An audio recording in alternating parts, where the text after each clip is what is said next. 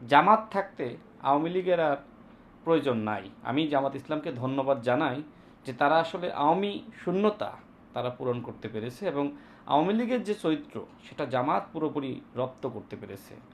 বিশেষ করে এই যে ছাত্রী সংস্থা যারা রয়েছে, মানে তারা তো আসলে হিজাব পরিধান করে, নেকাব পরিধান করে, এই যে নেকাব এবং হিজাব পরেই যে আসলে এই যে ফেসবুকে গুজব ছড়াচ্ছে, এটা আসলে অত্যন্ত ঘৃণ্য। এবং শিবির তারা নিজেদেরকে ইসলামের রক্ষা কবচ দাবি করে, কিন্তু তারা আসলে ইসলামের বিধান একদিকে মানছে বলে দাবি করছে, অন্যদিকে আমরা দেখছি যে মানুষের চরিত্র নিয়ে নানান ধরনের মিথ্যাচার তারা আসলে করেই যাচ্ছে। আমি তীব্র নিন্দা এবং প্রতিবাদ জানাই যে আজকে হঠাৎ করে তারা এইভাবে সম্মিলিতভাবে আমার বিরুদ্ধে তারা সাইবার অ্যাটাক শুরু করেছে।